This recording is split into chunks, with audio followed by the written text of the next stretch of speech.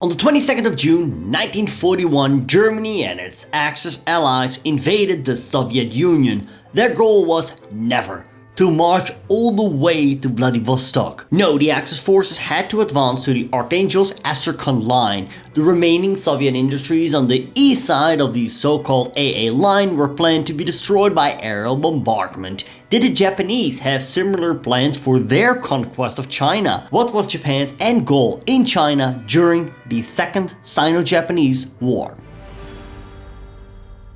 Good to have you back on the channel. If you're new, my name is Stefan, I'm a Dutch history teacher and I make videos about history for you. If you like that, well, consider subscribing and don't forget to hit the notification bell. Let's start. Nazi Germany and Imperial Japan were allies during the Second World War.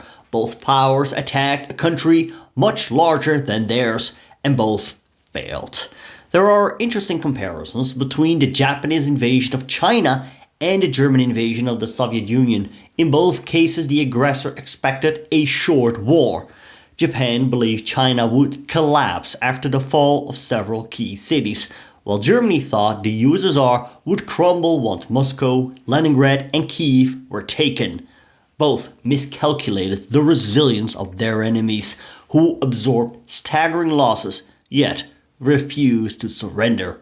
Another similarity was the emphasis on resources and territory. Japan sought to dominate China's fertile river valleys, coal and industry, while Germany wanted Ukraine's grain, the Caucasus oil, and Soviet raw materials. The wars also became brutal wars of attrition. Occupied zones saw widespread atrocities, scorched earth tactics, and fierce partisan resistance, tying down massive numbers of troops. In the end, both invasions overextended supply lines, drained manpower, and this paved the way to their demise. Already long before World War II, China had endured Japan's aggression. When China was still under the Qing dynasty, the Japanese got the upper hand during the First Sino-Japanese War, 1894-1895, which ended with an unequal treaty for China. The following confrontation came in 1931, after the Mukden incident, which was a false flag operation staged by Japanese military personnel. The Japanese invaded and occupied Manchuria, after which they made it a puppet state called Manchuria. A full-scale Japanese invasion would follow in 1937 after the Marco Polo Bridge incident had taken place. The conflict, named the Second Sino-Japanese War, would later merge into the Second World War as Japan widened its operations to Southeast Asia. When Japan invaded in 1937, many Japanese believed it was going to be a walk in the park, having defeated China before and finding a country amidst a civil war. They didn't expect much resistance. But they were wrong. The optimistic predictions reflected the Japanese understanding of their recent military history. In the First Sino-Japanese War, Japan had defeated the Qing Empire in a matter of months and acquired, in addition to the initial war aims of expelling China from Korea, a massive indemnity and sovereignty over Taiwan. Thus, Japan profited from the war both financially and territorially. In both instances, Japan fought relatively short wars against dramatically larger continental adversaries and achieved all of its objectives plus some. In 1931, Japan pacified Manchuria in short order, restoring its own economy in the process. Japanese leaders saw no reason why invading the rest of China would not proceed swimmingly. The Japanese had studied their own military history in terms of what they had done right, not in terms of what their enemies had done wrong. Japan had not so much won these wars as its enemies had lost them. The battle for the coastal city of Shanghai lasted many bloody months.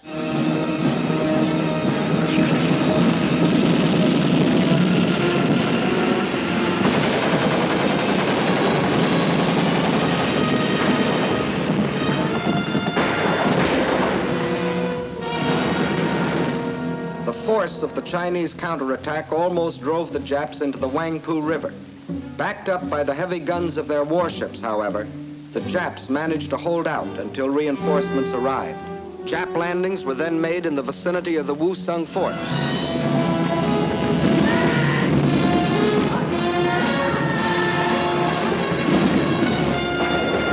The capture of the city opened the road to the then capital of China, Nanking or Nanjing.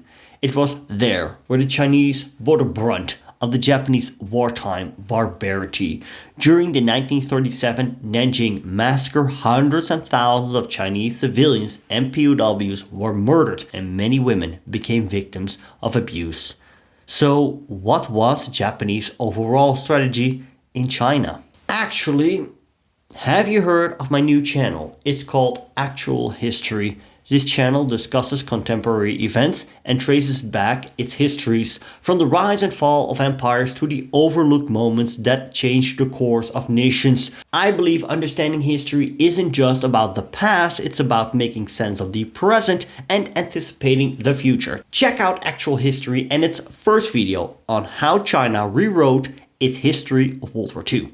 Okay, back to the topic. Did the Japanese envision similar views towards the Chinese, like the Nazis viewed Soviet people? Both Japanese and German ideologies placed themselves at the top of a racial hierarchy. Japanese propaganda cast China as backward and in need of Japan's guidance, much as Nazi ideology described Slavs as inferior. Nazi Germany pursued Lebensraum, enslavement, starvation, and extermination of millions of Slavs. Japan, though brutal, did not plan the outright annihilation of the Chinese population. Instead, they wanted a submissive, economically useful China. Their goal was not to wipe out all Chinese people. During the Japanese occupation of parts of China, they set up different puppet regimes. Most well known was the state of Manchuria, or Manchukuo, that was established from 1932 after the Japanese had pacified the northeastern Chinese region. The earlier deposed Chinese emperor Puyi became the emperor of Manchukuo. This in reality possessed little autonomy and was in fact a puppet state of Japan. There was the Wang Jingwei regime, also known as the Reorganized National Government of the Republic of China, another puppet state with Nanjing as its capital. Wang Jingwei was a former official of the Chinese nationalists, the Kuomintang, KMT, and rival of Chiang Kai-shek, the leader of the nationalists. A third puppet state was Menjiang, led by Demchuk Dongrup, a Mongolian prince and commander of troops of Inner Mongolia, a region that borders the country of Mongolia. While these puppet states had flags, leaders, and even armies, their autonomy was largely cosmetic. Japan held the reins on foreign policy, security, and economic exploitation. Japan's military was not designed for a prolonged campaign. It was structured to deliver a quick, decisive victory in set-piece battles, not to slog through a drawn-out war from secure supply lines. Japan never had a clear unified plan for China. Politically, there were tensions between the official collaborationist governments and the Japanese military, which often acted as if occupied zones were its private domains. Military strategy was inconsistent. Commanders launched uncoordinated offensives for personal glory, and plans to break Chinese resistance shifted constantly as expectations collapsed. The army's logistical limitations made such victory impossible. These frustrations eventually led Japan to gamble on war with the Western powers like Britain and the US, a decision that ended in disaster. Japanese officers failed to recognize how their own strategy fueled Chinese nationalism. Japanese brutality gave ordinary Chinese people common cause. Each new act of violence reported by the press or carried by word of mouth along the rail lines deepened Chinese unity and nationalist feelings, and a deep-fueled hatred against a common enemy. Japan worsened the problem by making its armies live off the land. This meant requisitioning food and supplies directly from local populations without compensation. The approach saved money, but completely ignored the political consequences. By contrast, during the First Sino-Japanese War and the Russo-Japanese War, Japan had carefully paid Chinese producers for goods, thereby avoiding hostility.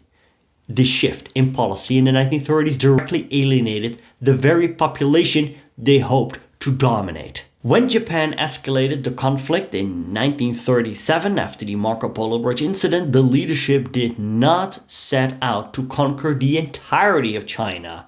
Their initial objective was to deliver a quick, decisive blow by seizing key political and economic centers like Beijing, Shanghai, Nanjing, and later Wuhan. They expected Chiang Kai-shek's nationalist government to surrender after losing its heartlands. The goal was to install a compliant puppet regime that would secure Japan's dominance while sparing Tokyo the immense cost of ruling China directly. But Chiang refused to capitulate, and Japan found itself mired in a vast war of attrition. By 1938, the Japanese army controlled much of eastern and northern China, but was unable to crush resistance. The military was divided over what to do. Some favored carving China into multiple puppet states, while others still hoped for negotiated peace. In practice, Japan established several collaborationist governments. In the long term, Japan envisioned keeping Manchuria, Inner Mongolia, and the rich eastern seaboard under direct or indirect control, while leaving the interior weak and fragmented under puppet rulers. The idea was never to annex all of China, but rather to dominate its economy, exploit its resources, and prevent it from ever emerging as a unified rival.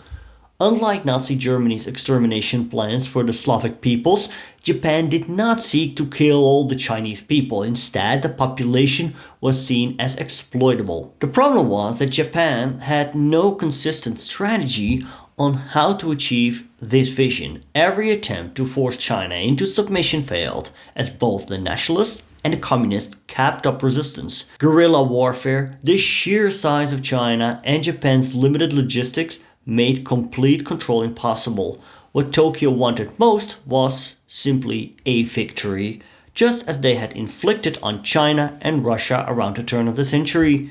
When this remained elusive, Japan turned south in 1941 toward the oil and resources of Southeast Asia, a gamble that led directly to war with the United States, Britain, and the Netherlands.